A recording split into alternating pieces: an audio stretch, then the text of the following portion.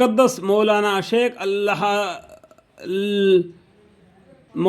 शेख लहंद रहमतुल्लाह अलैह तरावी के बाद से सुबह की नमाज तक नौफिल में मशगूल रहते थे और एक के बाद दिगरे मुतफरक हफ़ाज से कलाम मज़ीद सुनते रहते थे। और हज़रत मौलाना शाह अब्दुल रहीम साहब रोपुरी कुदुस सलाह के यहाँ तो रमज़ान मुबारक के महीना दिन रात तिलावत ही का होता था कि इसमें डाक भी बंद और मुलाकात भी ज़रा गौर ना थी।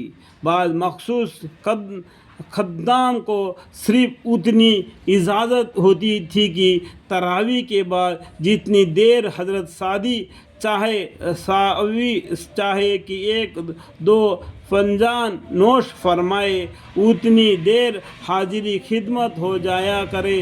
बुज़ुर्गों के ये मामूलात इस वजह से नहीं लिखी जाती कि सरसरी निगाह से इनको पढ़ लिया जाए या कोई तकरीक फ़िक्र इन पर कहा दिया जाए, बल्कि इसलिए है कि अपनी अहमद के माफ़ी इनका एतबा किया जाए।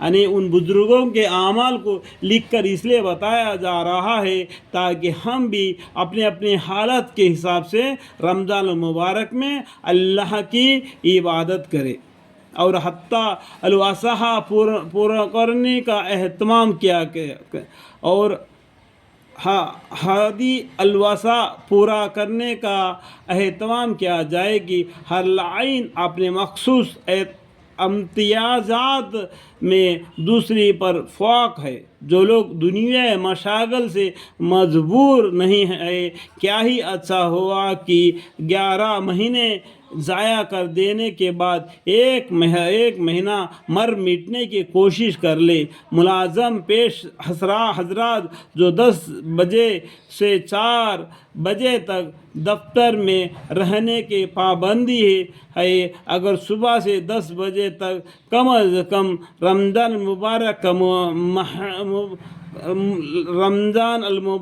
का मुबारक महीना तिलावत में खर्चा करे तो क्या वक़्त है आकि दुनिया ज़रूरियात के लिए दफ्तर के अलावा अवकात में से वक़्त निकाला ही जाता है। और खेती करने वाले तो ना किसी के नौकर ना अवकात के ताग़य्यर है, इनको ऐसी पाबंदी की इसके बदल ना सके या खेत पर बैठे बैठे तिलावत ना कर सके।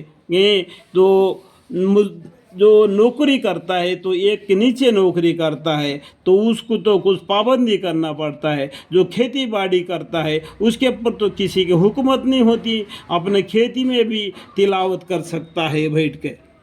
और ताजरीन के लिए यानी व्यापारदारों के लिए व्यापार वगैरह करते हैं उनके लिए तो इसमें कोई वक़्त ही नहीं कि इस मुबारक महीने में दुकान का वक़्त थोड़ा सा कम कर दे या कम अज़ कम 2 दिन ही पर तजारत के साथ तिलावत भी करता रहा करे। यानी जो व्यापार करता है दुकान में वो व्यापार भी करते रहे और कुरान शरीफ की तिलावत भी करते रहे और ज़िक्र भी करते रहे करे।